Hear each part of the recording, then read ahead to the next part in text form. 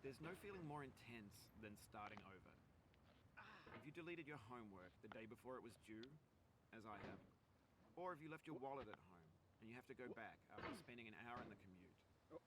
If you won some money at the casino and then put all your winnings on red but it came up black.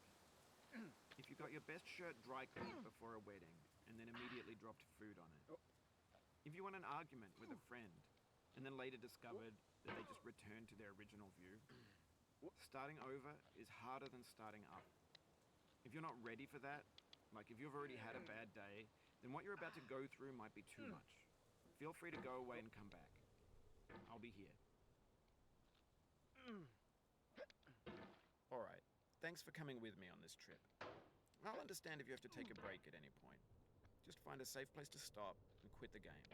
And don't worry, I'll save your progress, always, even your mistakes.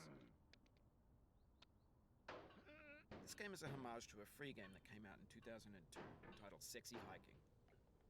The author of that game was Jazuo, a mysterious Czech designer who was known at the time as the father of B games. And B games are rough assemblages of found objects.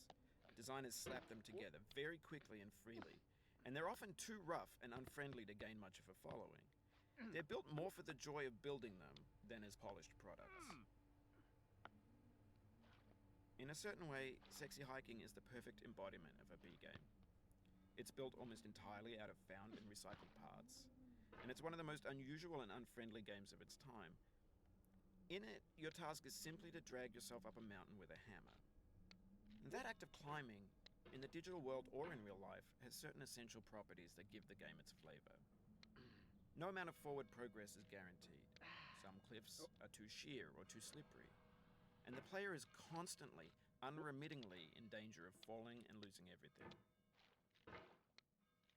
Anyway, when you start Sexy Hiking, you're standing next to this dead tree that blocks the way to the entire rest of the game. It might take you an hour to get over that tree, and a lot of people never got past it. You prod and you poke at it, exploring the limits of your reach and your strength, trying to find a way up and over. And there's a sense of truth in that lack of compromise. Most obstacles in video game worlds are fake. You can be completely confident in your ability to get through them once you have the correct method or the correct equipment or just by spending enough time. In that sense, every pixelated obstacle in Sexy Hiking is real. The obstacles in Sexy Hiking are unyielding, and that makes the game uniquely frustrating. But I'm not sure Jazuo intended to make a frustrating game.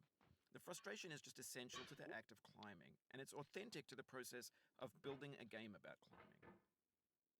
A funny thing happened to me as I was building this mountain. I'd have an idea for a new obstacle, and I'd build it, test it, and it would usually turn out to be unreasonably hard. But I couldn't bring myself to make it easier. It already felt like my inability to get past the new obstacle was my fault as a player rather than as a builder.